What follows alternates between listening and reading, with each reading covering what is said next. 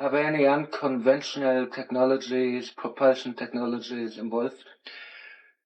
Yes, I have had the opportunity over the years to interview, again, people who have worked at the test site at Groom Lake. One gentleman spent 12 of his 30 years in black programs at Groom Lake.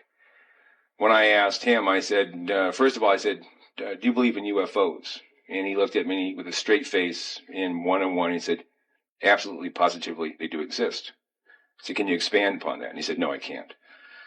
About a year later, we were talking about, again, activities at Groom Lake.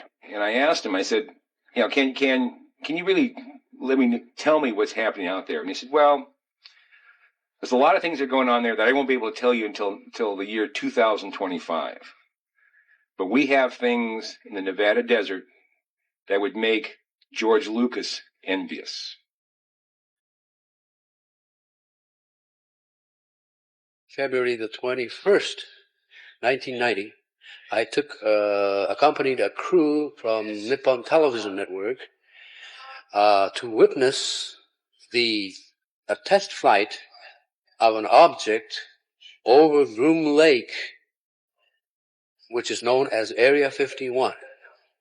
We arrived at the site around just after sundown because, according to the information given to us on that same day when we visited Mr. Lazar at his residence, he said that if you go there after sundown and stand near the mailbox area of Highway 375, looking south towards Groom Mountains and also to the Jumble Hills, you will see test flight of these objects.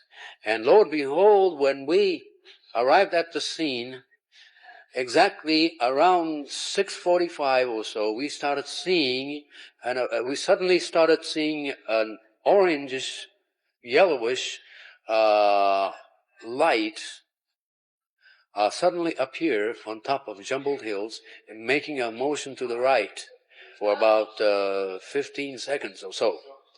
Next, exactly at 8:15 p.m., we had another sighting of the same object that suddenly appeared on top of Jumbled Hills, came up above the hills, and made its appearance, went slightly to the right side, and at that juncture in time, it made a sudden descension and a back turn, which I estimated to be possibly about 5,000 feet sudden descension, a back turn descension.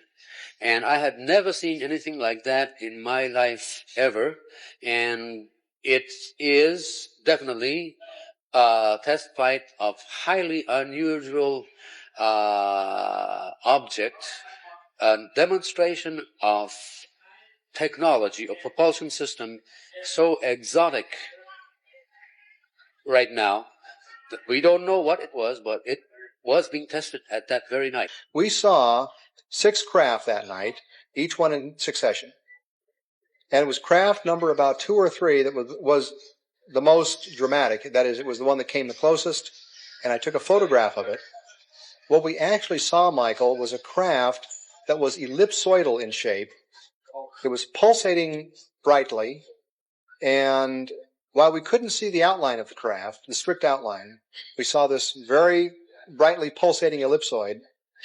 And when I snapped some shots, apparently the camera, with its low-end optics, that is, we didn't have a huge magnifying lens, so it didn't bring the craft in so close that it would have appeared as a giant blur of light.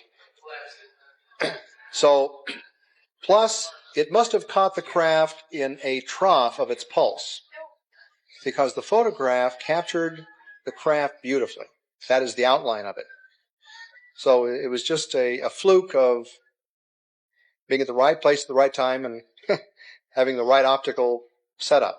I was traveling in a car with my friend down the road, and a very large object flashed over the car and then began to float probably about a mile away from us in the open desert. We got out of the car, ran towards the object, and got within a few hundred yards of a large disc-shaped object about 40 feet in diameter that looked like a saucer with a teacup on the top of it. It glowed a brilliant reddish-orange color and then glowed a real bright yellow color. On one occasion, we thought that the object was actually going to explode because it glowed so brilliantly.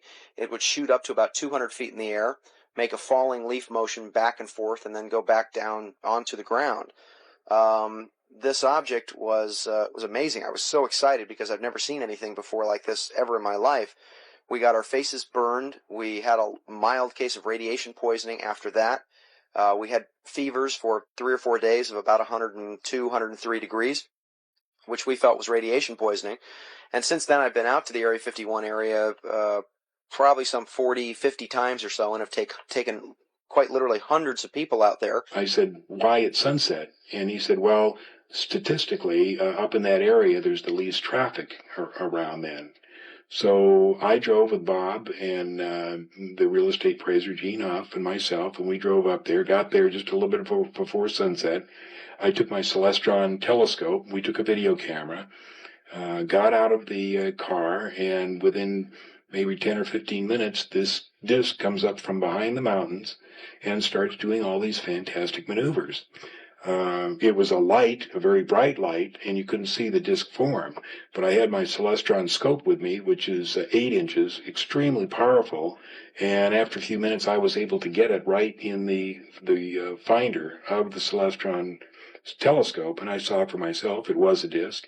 There was no question in my mind, and I just watched it go down behind the mountains. What's going on in Area 51 today, based on information from first-person interviews I've made over the last 6 or 7 years, there are at least 8 black programs flying out of Groom Lake, out of Area 51. That does not count the B-2 bomber because it's not a black program. It does not count the F-117, which is virtually a white program today. There are at least 2 very, very high-speed aircraft that have been reported since 1982 is when we've heard the first reports of them. One of them is a small aircraft. It goes approximately Mach 4 to Mach 6. There's an aircraft that has been tracked out of the Bay Area TRACON in Oakland, California by the Federal Aviation Administration Center at least 8 times since 1986, flying in excess of 10,000 miles an hour going through controlled airspace, and a very, very large aircraft at that. Besides the 2 high-speed aircraft, there is a stealth or low observable electronic warfare aircraft. It's been referred to as Excalibur. There is an aircraft that is designed to fly very, very high, but very, very slow and very, very quiet. There's been some rumblings or reports as a flying triangle, much like the canceled McDonnell Douglas General Dynamics A-12 that was going to be an attack aircraft. Just recently, out of Lancaster, California, taken off from Palmdale, which is Air Force Plant 42, and that's where the B-1 was built. The B-2 bomber is being built there. The F-117 is being serviced there in the U-2 operations. There has been at least 3 sightings of triangular-shaped aircraft being launched out of that area. They made no noise, and the people just happened to look up and see these things leaving the area at relatively low altitude, but again, no noise. Another individual who was an NCO, an E9, which is the highest grade you can get as an enlisted man. He's a Chief Master Sergeant in the Air Force. Was a safety specialist. He had 3 different tours of duty at Groom Lake on various programs. Now, he had no connection with my friend who worked on the other black programs. We were talking, I interviewed him at Nellis in 1985, 86 time frame. And I said, what's out there? And again, he looked me straight in the eye and he said, we have things out there that are literally out of this world. I said, explain. He said, I can't. But trust me, see, we have things that are better than Star Trek, better than anything you can see in the movies. So are the airplanes. He said, I can't comment. There are 4 aerospace covert facilities. This is what we call the aerospace connection in the Antelope Valley and also the San Joaquin Valley. Rockwell in the San Joaquin, Lockheed, McDonnell Douglas, and Northrop in the Antelope Valleys. And these operations are extremely suspicious. They have a surface cover activity. They call themselves RCS testing sites. That stands for radar cross-section. And apparently their presumed purpose is to test various aeroform designs atop pylons with radar cross-section. And the disturbing part is that we have found out with incontrovertible proof that there are extensive underground facilities. And for example, Northrop, we have documented to have 42 levels underground. Now, if this is radar cross-section testing, which is above ground, why do they need 42 levels underground? Also, at the Lockheed facility out in Helendale, we had an investigative reporter who saw a blueprint of the building plans for that facility that he wasn't supposed to see. It showed that they had an extensive underground facility 300 feet down. And when this reporter interviewed the person who was in charge of that facility, they had a nice, pleasant interview until at the end he told the director that he was aware of this extensive underground facility. And what could he tell him about that? And immediately the man's eyes grew wide and he said, "This interview is terminated." So it's very suspicious. And then, of course, we have other reports of people in the area who say that they have seen alien craft emanating from these facilities and terminating at these facilities. Area 51 has 3 tiers of security system. The outer perimeter security, the inner security, and also the regular military security, plus automated security system. But we're talking about outer perimeter security. Area 51 is using semi-private security firms such as Wackenhut Corporation.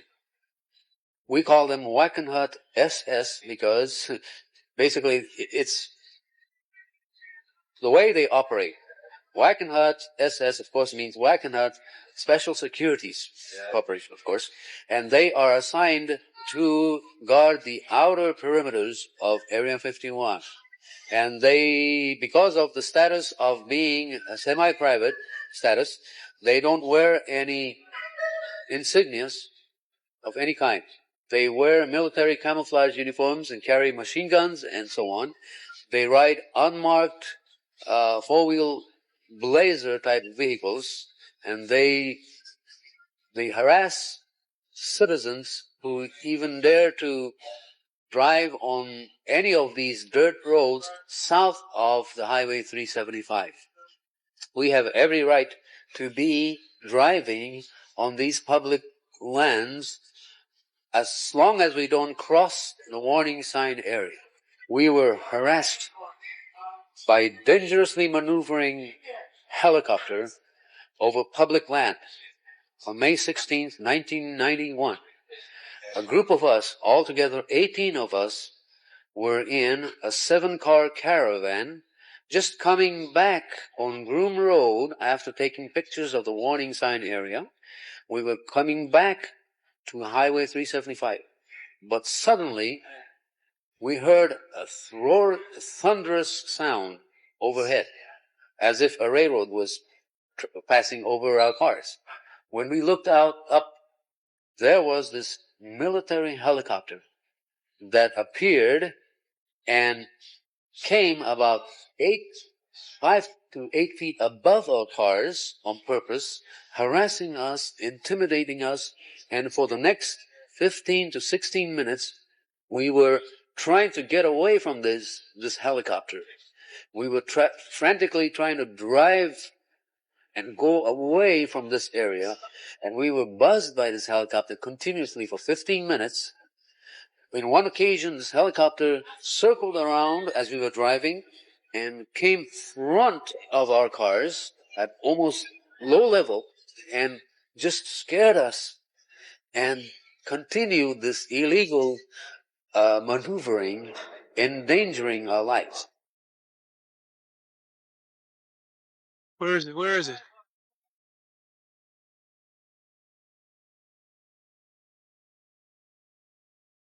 There it is.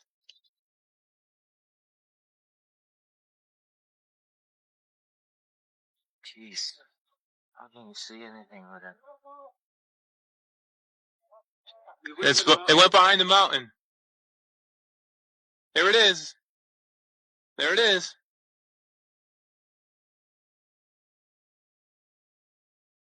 One more time. Okay.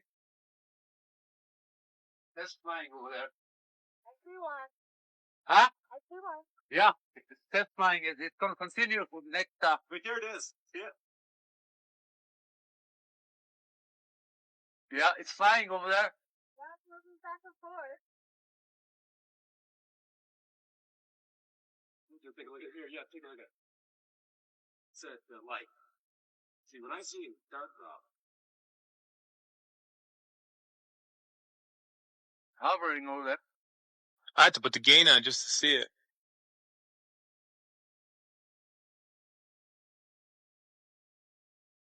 What, am I better? Yeah, right.